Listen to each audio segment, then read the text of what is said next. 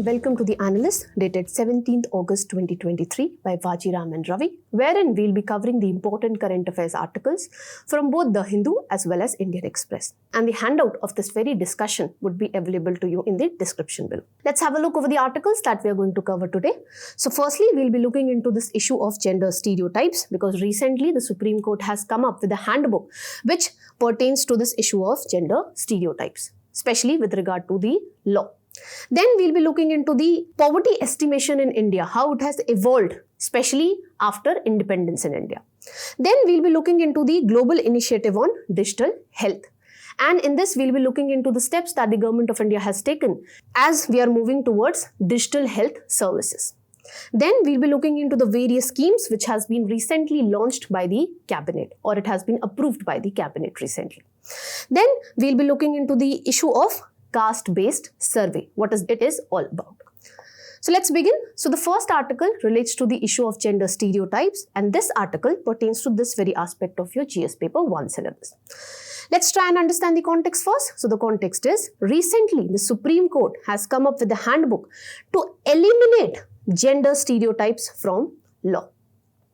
Now in this regard, the first thing that we need to understand is, what is gender stereotypes?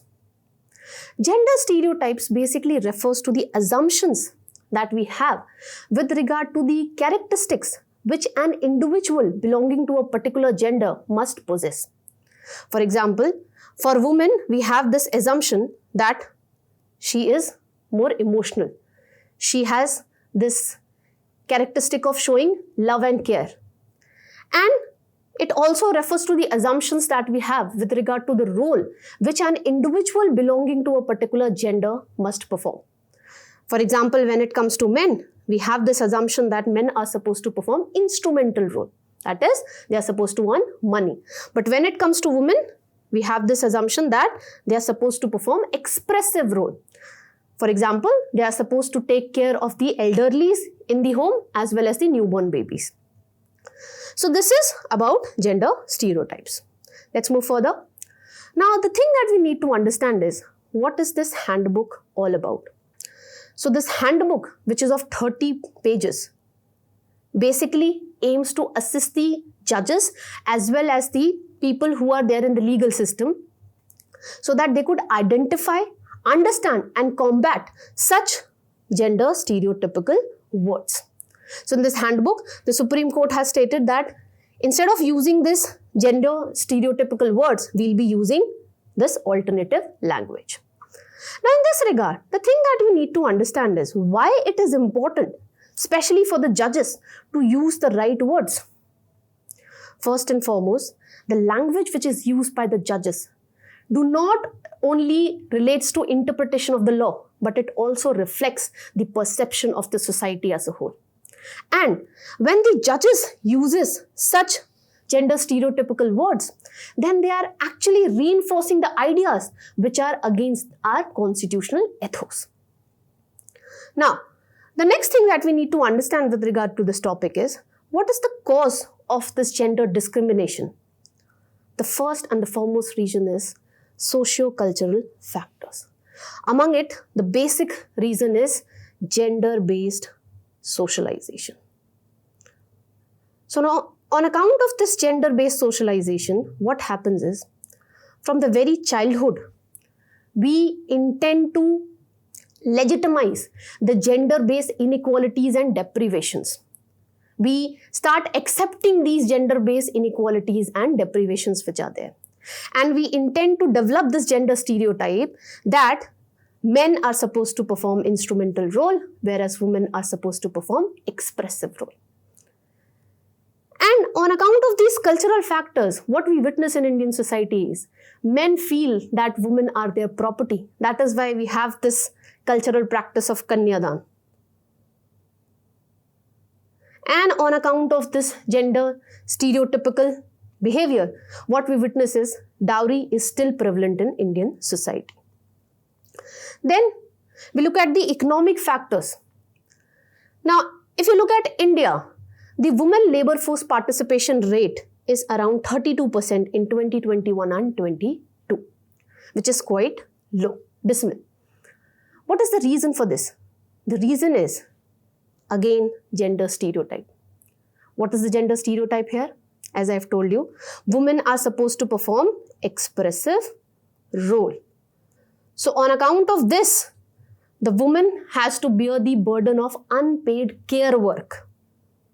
That is, they are not able to participate in the labor force. Why? Because they have to take care of the elderlies at the home as well as they have to take care of the newborn babies.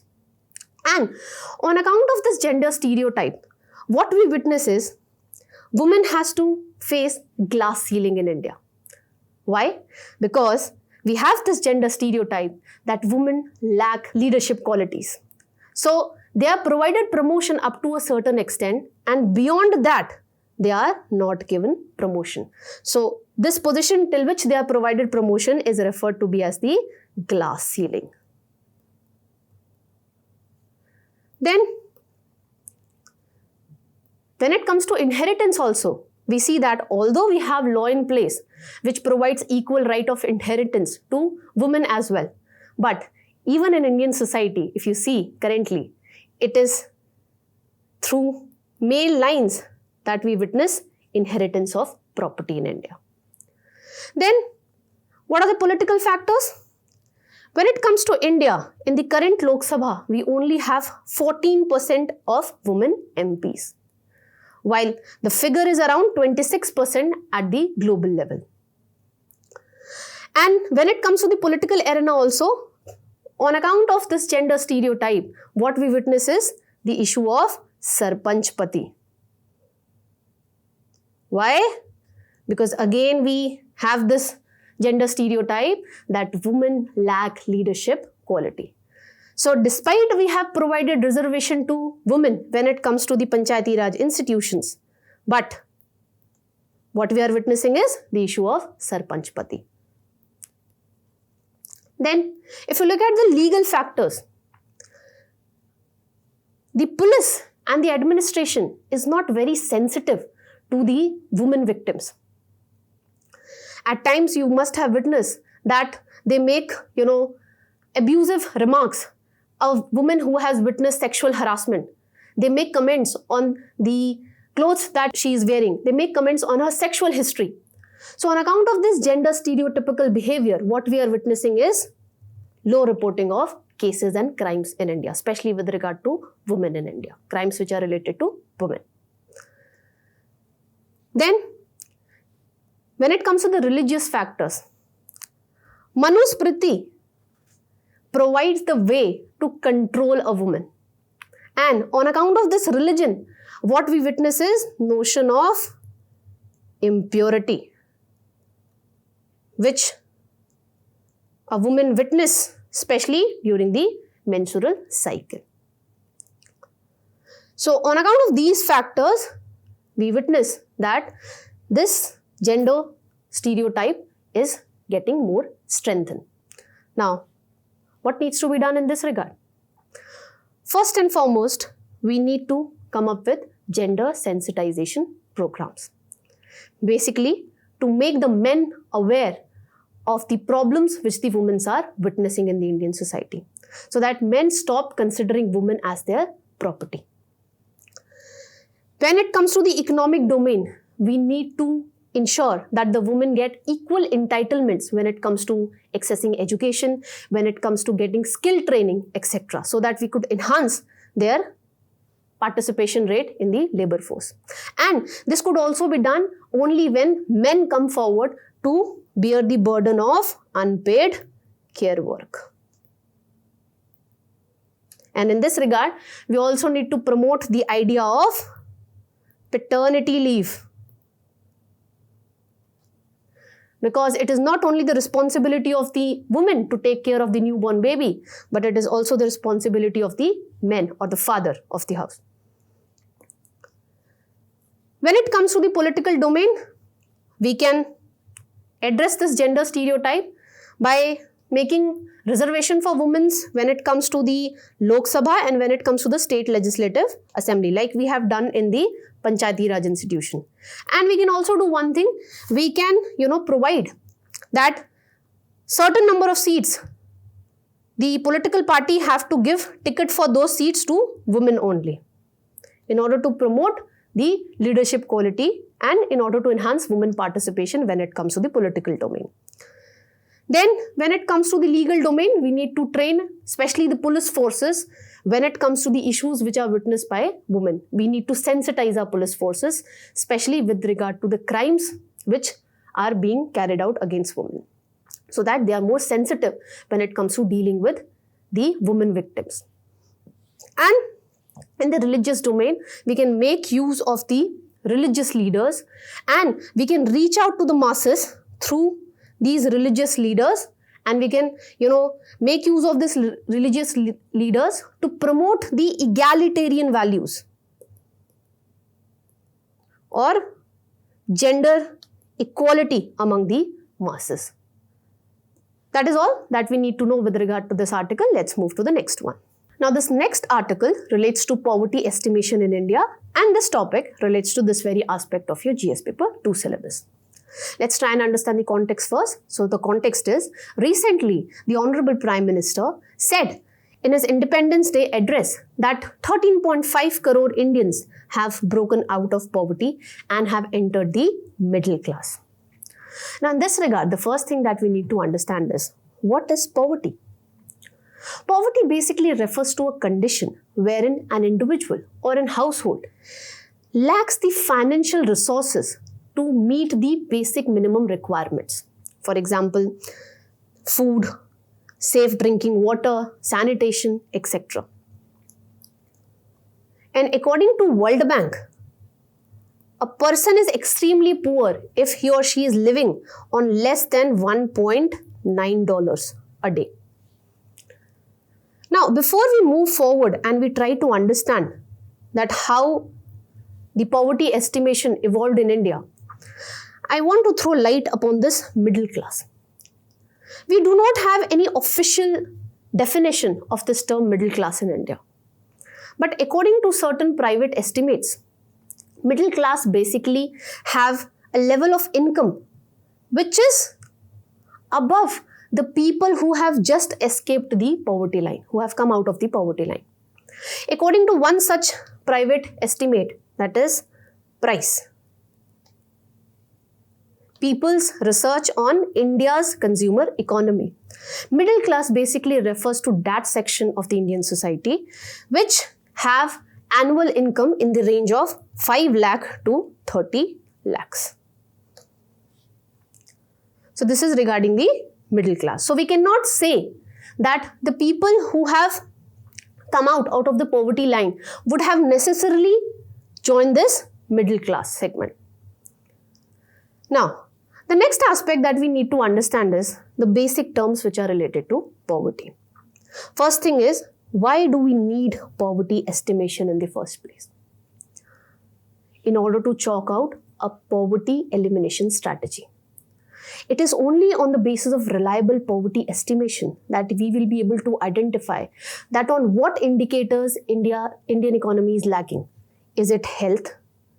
Is it education?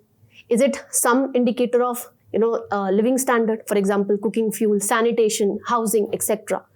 So, based on this reliable data, based on the data, we'll be able to figure out that, okay, when it comes to education, we are not performing well. That is the reason we are witnessing poverty in India. It is on account of lack of sanitation or lack of housing facilities that we are witnessing high poverty rates in India. So, based on reliable poverty estimation, we'll be able to chalk out an effective poverty elimination strategy. Then, this reliable poverty estimation also enables us to measure the success or the impact of a particular scheme which intends to eliminate poverty. How come? Based on the reliable poverty estimation, we'll be able to see that the schemes that we have launched for, let's say, housing creation, or the schemes that we have launched for improving sanitation, Swachh Bharat Mission, what is the performance when it comes to these indicators? The schemes that we have performed, which we have rolled out for improving education, or which intends to enhance the gross enrollment ratio, which intends to enhance the attendance rate. What is the performance of these schemes?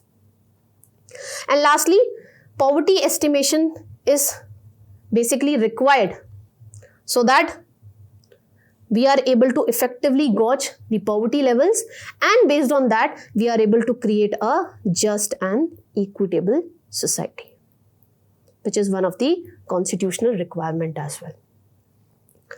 Then let's look into the basic terms which are related to poverty. First is absolute poverty. As the name suggests, a person would be considered to be an absolute poor person if that person does not have the minimum financial resources to meet the basic necessities of life, bare minimum necessities like food, like sanitation, safe drinking water, etc. Now, how this absolute poverty is determined? We create a basket of the commodities or the goods which we consider to be as the basic necessities, and we look into the monetary value of these commodities. So based on the monetary value of this basket of essential commodities, we calculate a poverty line. So the people who have income less than this line would be considered to be absolutely poor. Those who are not able to meet even the basic necessities of life. Then what do we mean by relative poverty? Relative poverty, in order to calculate this, we first need to figure out what is the median income in a particular society. So the people who have income less than this median income, they would be considered as relatively poor. Although the people who are considered to be as relatively poor, it would not be the fact that they would be unable to meet the basic necessities of life. That is not the case. What this relative poverty basically implies is, these people who are below this relative poverty line, they are not able to enjoy the standard of living which is being enjoyed by the majority of that particular society. Then another term is poverty headcount ratio. It basically refers to the proportion of the population which lies below the poverty line. So one of the shortcomings of this poverty headcount ratio is it does not take into account the depth of poverty. What do you mean by that? If a person who is poor, who is already below this poverty line, if that person becomes more poorer, then also there would be no change in the poverty headcount ratio.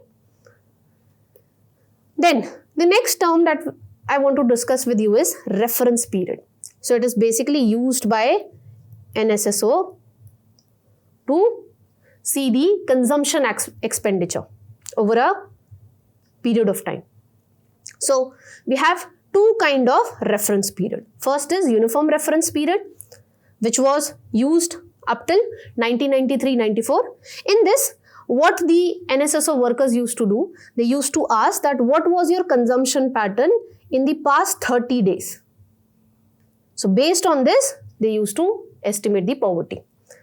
However, from 1999-2000, we have started using mixed reference period. What is this mixed reference period? In this, we have two reference period. For 5 commodities, that is the clothing, footwear, durables, expenditure on health and education, we have the reference period of past 1 year. And for other goods and commodities, the reference period is same, 30 days, previous 30 days. So this is regarding the reference period within which we calculate or we estimate the poverty. Then, how poverty estimation is done in India? Previously, the poverty line was calculated by Planning Commission, but now it is done by the Niti Aayog Task Force. And the Niti Aayog basically estimates the poverty based on NSSO data. Now, when it comes to poverty estimation, we majorly use the consumption data rather than going for income data. Why is it so? First is, when it comes to income, we witness high variability in income, especially with regard to the daily wage earners. And there is high variability in income across different regions, and especially with regard to informal sector.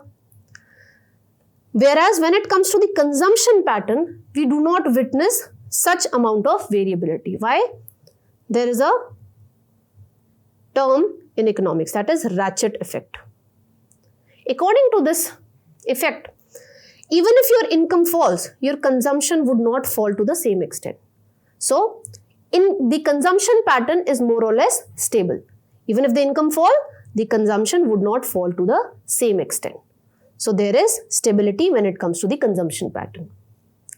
Then, when it comes to income, we also have another issue, that is additional income, which is also quite variable. So, apart from your regular work, right now we are witnessing this phenomenon of moonlighting. What is this moonlighting? So, you engage in other part-time work apart from your regular paid work. So, it is also very difficult to estimate this additional income or the side income. That is why also we go for poverty estimation based on consumption patterns. Then when it comes to data collection, as I have told you, we use a reference period of past 30 days, recall period. So when it comes to the consumption data, it gives you a general overview when it comes to the consumption pattern. But that we cannot say for sure when it comes to the income patterns, because it is quite variable. So that is the reason we time and again go for the consumption pattern when it comes to the poverty estimation in India. Then we need to understand the evolution of poverty estimation in India.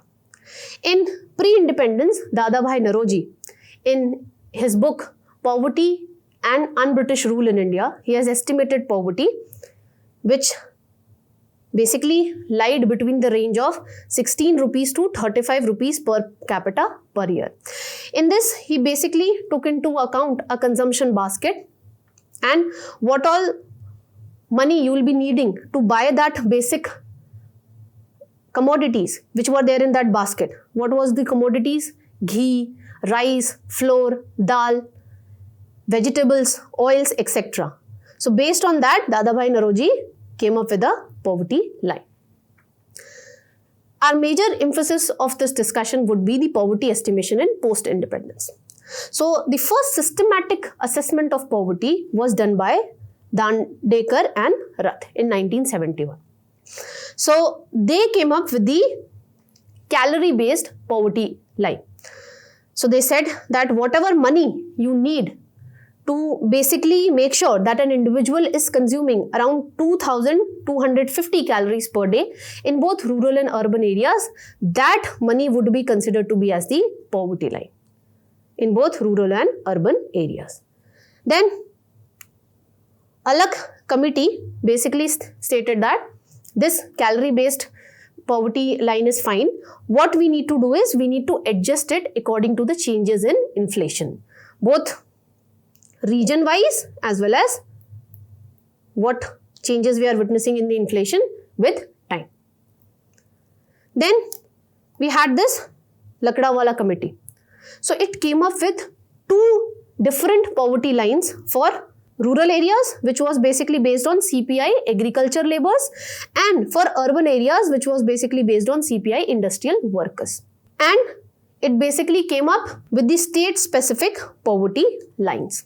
And this committee also recommended that we should use only national sample survey data and not the data which is provided by National Accounts Statistics. Then the Tendulkar committee was formed in 2009 to look into the lacunas that we are witnessing with regard to these previous poverty estimates in India. What was the issues that we are witnessing with regard to these previous poverty estimates? One was with regard to the poverty basket that we were using. Now the commodities that we were considering in the poverty basket, the commodities were basically reflecting the consumption pattern of 1973 and 74. The basket that we were considering to estimate the poverty was not reflecting the current changes in the consumption pattern. This was the first weakness.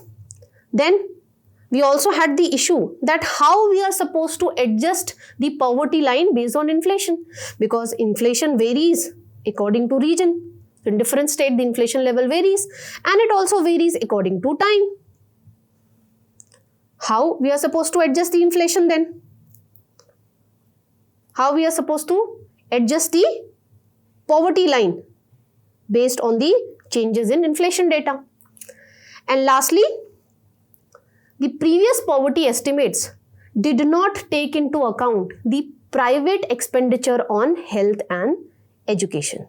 Why it was so? Because it was presumed that this expenditure is supposed to be made by the state and not by the individual.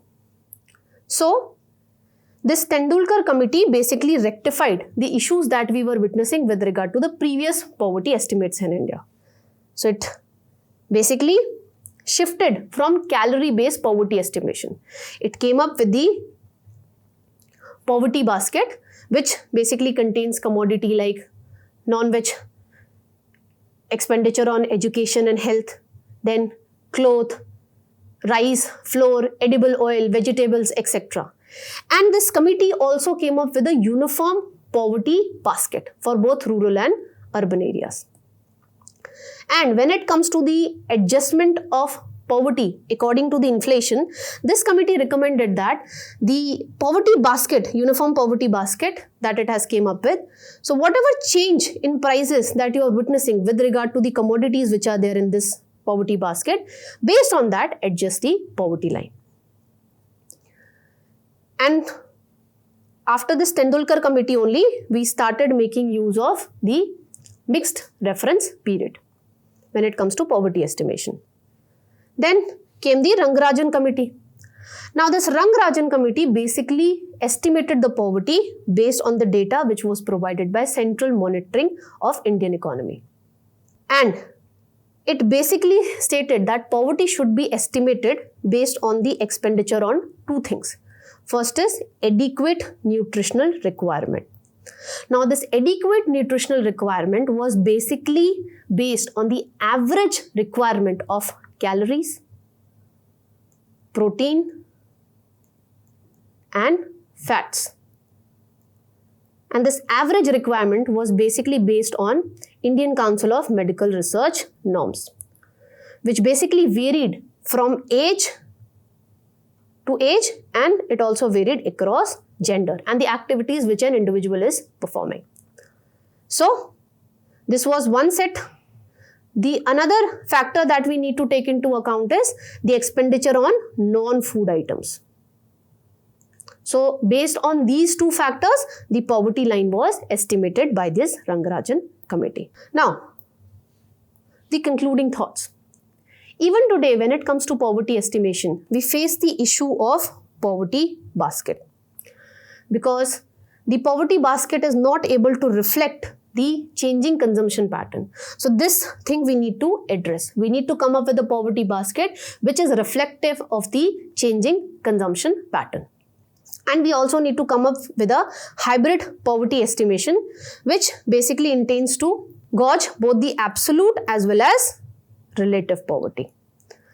And we also need to come up with a poverty estimate which also measures the depth when it comes to poverty. For example, this is the poverty line, and if individual A is lying here, individual B is lying here, the poverty estimate should be able to gauge that what is the depth of poverty. So this is all that we need to know with regard to this article. Let's move to the next one.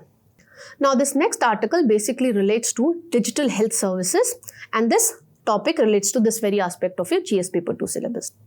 Let's try and understand the context first. So the context is, recently the central government along with WHO will launch global initiative on digital health. Now the first thing that we need to understand with regard to this article is, what is digital healthcare? It basically pertains to providing healthcare facilities which are affordable, which are accessible through a range of technologies. For example, mobile technology, for example, information technology, for example, teleconsultation, telemedicine, etc. The next thing that we need to understand with regard to this article is, what is this global initiative on digital health all about? So, it would be basically having an investment tracker which basically intends to promote investment when it comes to digital health space. And it also be having an ask tracker which would basically be figuring out that what kind of medical products and services an individual requires. And it would also be containing a library of the already existing digital platforms which are there. So it basically entails to create a network of networks so that we are ready before the world is hit by another public health emergency. Then the next aspect that we need to understand is, what is the need of digital health services? The need of digital health services came into spotlight during the COVID-19 pandemic, because we have to avoid the spread of the pandemic as well. And at the other end, the health demand was increasing at that time. The demand for healthcare services was increasing. So here comes the role of the digital health services. Now, what is the benefit of these digital health services? First and the foremost benefit is, it enables the people who are living in the rural areas to access the healthcare services, okay, through mobile technology or through teleconsultation or telemedicine. Another benefit is, this digital health services also enabled us to curtail the spread of the pandemic. Why? Because on account of this digital health services, we were able to ensure home delivery of the medicines. And this digital health services also enable the medical practitioners to basically make use of digital tools and do extensive study on your health records which are there. And based on that, the medical practitioner is able to suggest you the suitable medicines and the suitable treatment. So these are the benefits of digital healthcare services. Now, what all steps the government of India has taken with regard to digital healthcare? During the COVID-19 pandemic, we had COVID portal, which basically was there to digitally manage the vaccination strategy with regard to COVID-19 pandemic. Then we have Arogya Setu app, which basically enabled the citizens to understand that what are the active cases of COVID and what are the containment zones. So it basically enabled the citizens to understand the risk when it comes to their particular area. Then, during the COVID-19 pandemic, what we witnessed is a surge in telemedicine platform like e-Sanjeevani platform. And during the COVID-19 pandemic, we witnessed that 85% of the physicians went for telemedicine or teleconsultations. Then we have Ayushman Bharat Digital Mission, which was launched in 2021. It has 4 striking features. First is Health ID. So, if you want to become a part of this mission, you can voluntarily enroll and you will be provided with a National Health ID. So, you will be provided with a unique ID and you would also be able to ensure digital repository of your personal health records. So the old health records also that you have, you can upload it and you can maintain a digital repository of your health records. Then it also have this feature of DigiDoctor. So doctors could also voluntarily become a part of this mission and they would be provided with free digital signature so that they could prescribe you medicines as well. And it also intends to create a health facility registry so that the small or the large public as well as private health facilities could become a part of this mission, and we'll be creating a centralized repository of the health facility. So based on that, you will be able to connect to a verified medical practitioner. Then we have a centralized repository of approved drugs across the different medicine streams that are there. And we have a unified health interface which basically intends to connect the medical practitioners with the end users, okay, with the patients. So by making use of unified health interface, you will be able to book teleconsultation, you will be able to book appointments with the doctor, okay, and you would also be able to book for ambulance services. So these are the steps that the government of India has taken with regard to digital healthcare. Now, what all things we need to do in order to make sure that we continue to move in this direction of digital healthcare? First is, we need to ensure data security. Recently, we know that AIIMS had a ransomware attack. Now, in this background, we need to make sure as and when we are moving in the direction of digital healthcare, we need to ensure the privacy of the data of the patients. We need to, put in place a coherent digital security infrastructure in place. And in this regard, we can make use of blockchain technology to basically manage the data with regard to patients. Okay?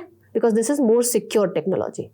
Then we need to standardize the National Digital Health Mission, because we know that health is a state subject. So every state has their different laws.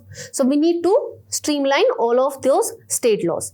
And we need to streamline this particular initiative with the other schemes which are being launched by the Government of India. For example, Ayushman Bharat scheme, for example, Nikshay scheme, etc. Then we also need to come up with a platform for organ donation so that this organ transplantation could be done in a faster and effective manner, and we could also ensure transparency when it comes to organ donation. Then we also need to digitize the insurance claim settlement process, because currently what is the scenario? Let's say this is hospital A, this is hospital B. You received one form of treatment from A and the other form of advanced treatment, let's say from B. Now, since there is lack of interoperability when it comes to the insurance claim settlement, you would be facing issue when it comes to the insurance claim settlement. So, we need to digitize this insurance claim settlement process so that we could enhance transparency in this regard, and we could also enhance the interoperability when it comes to the insurance claim. And lastly, in order to realize this idea of universal health coverage, that is to provide affordable and accessible healthcare services to everyone, especially in the rural areas, we need to make use of mobile health technologies. That is, by making use of mobile technology, the patients which are there in the rural areas, they should be connected with the medical practitioners, verified medical practitioners. This is all that we need to know with regard to this article. Let's move to the next one. Now, this next article relates to the different schemes which have been recently approved by the cabinet. This article pertains to this very aspect of your GS paper 2 syllabus. Let's try and understand the context. I've already told you the context. The union government has approved certain schemes. Now, in this regard, the first thing that we need to understand is what is a cabinet? Because time and again, I have seen that you students get confused between the word cabinet and council of ministers. Remember this thing, that cabinet is basically a smaller body, okay, while council of ministers is the larger body. Cabinet basically consists of 15 to 20 cabinet ministers. It is basically the cabinet which is the decision-making authority. So all the decisions are basically taken by the cabinet ministers and they are implemented by the council of ministers. When it comes to this word cabinet, this was not mentioned in the original Indian constitution. This word was added by 44th Constitutional Amendment Act under Article 352 of the Indian Constitution. And when it comes to the role which are to be performed by this cabinet, it is not outlined under Article 75 of the Indian Constitution. Rather, the role of the cabinet is based on the, the traditions, the conventions which are there, political conventions which are there. So this is regarding the cabinet. Let's have a look over the schemes which have been recently approved by the cabinet. First is PM E-Bus Seva. Now, under this scheme, the government is trying to promote green mobility. How? By giving push to e-buses. Now, what are e-buses? E-buses are basically such buses which would be powered by zero emission electricity sources. Okay. So, under this,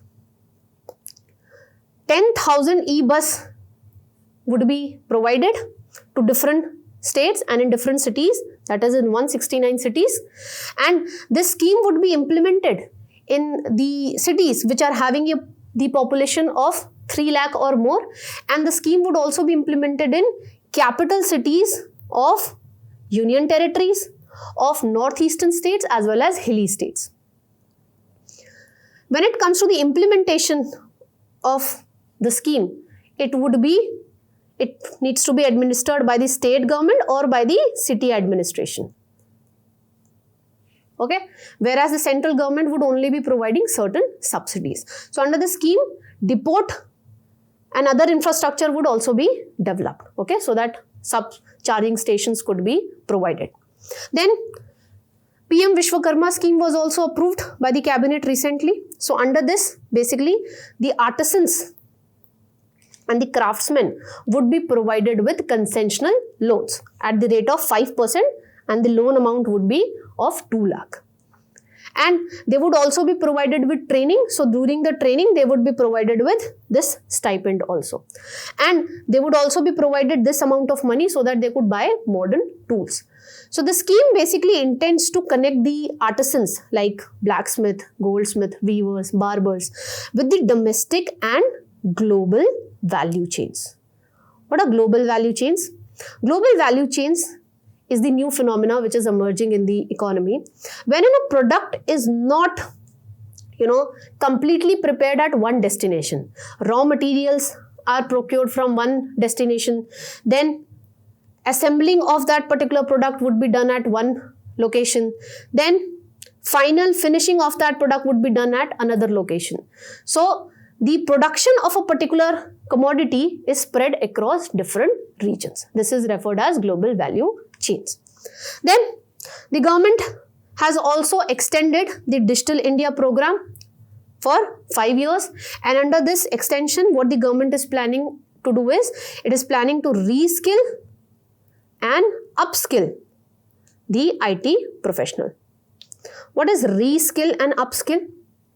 For example, let's suppose you are an engineer and now you have started preparing for UPSC. So it would be reskilling. You have, started learning a completely new skill. Whereas what is upskilling? For example, you were an engineer, you were aware with the basic coding technologies, but now you have started learning the advanced coding technologies. So it would be referred as upskilling. And the government also wants to train certain individuals in the information security domain. Then this National Computing Mission has also been extended. The government has already created 18 supercomputers under this mission, and the cabinet has stated that new 9 supercomputers would also be added. What are supercomputers? Supercomputers are such computers which can solve very complex problems within a fraction of a second, which is very difficult for the normal computers to perform. Okay, and these supercomputers have very great role in weather forecasting, in agriculture, etc. This is all that you need to know with regard to this article. Let's move to the next one. Now, this last article basically relates to the issue of caste-based survey. And this topic relates to this very aspect of your GS paper 2 syllabus. Let's try and understand the context. So, the context is, the Supreme Court is set to hear on August 18th the petitions which are challenging the Patna High Court's verdict, wherein the Patna High Court has upheld the caste-based survey which is being carried out by the Bihar government. Now, in this regard, the first thing that you need to understand is, what is this caste-based survey? Caste-based survey basically implies the categorization of a population based on caste. The first caste census was carried out in 1931. Now, the next aspect that you need to understand is why there is a need for caste census, okay, especially with regard to Bihar. See, when it comes to the census data, the government only, collects the data with regard to SCs and STs from 1951 onwards. So, the government, when it is carrying out the census exercise, it does not, collect the data with regard to OBCs.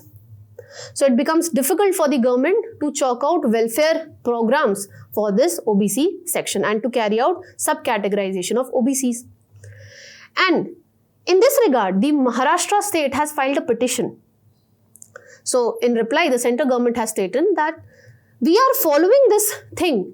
We are only collecting caste information with regard to SCs and STs from 1951 census onwards. Why? Because we want to do away with caste. Okay, we are neglecting the caste thing. We don't want to divide the Indian society on caste lines. And another reason which has been stated by Bihar government is when it comes to socio-economic caste census, which was carried out in 2011, the government has not bring up the data with regard to the caste, with regard to this socio-economic caste-based census in the public domain. Why? Because there were various discrepancies in the data that has been collected. Okay, so the castes which are of same name, we have confused them with one caste. So likewise, there are a lot of discrepancies. And another reason is the central government has clearly stated that we are not going to carry out another caste-based census. Why? We are not going to carry out such socio-economic caste-based census because it is an difficult administrative appealing task. So in this regard, the Bihar government wants to carry out a caste-based survey so that it could streamline the policies, especially for the OBC section. Now, the next thing that we need to understand is why it is being challenged in the Supreme Court. The first argument is only the central government has the exclusive power to carry out a caste census under the Census Act of 1948. State government do not have this power.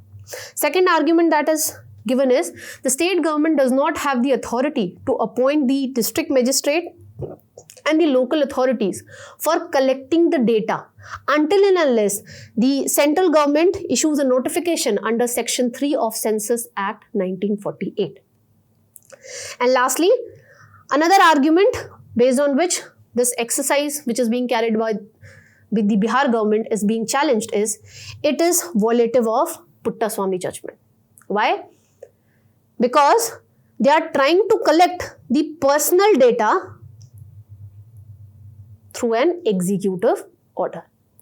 Whereas when it comes to Article 21, this could be done only by a law. Okay? And this is also stated. Another argument is it is basically, related to the doctrine of colorable legislation. How?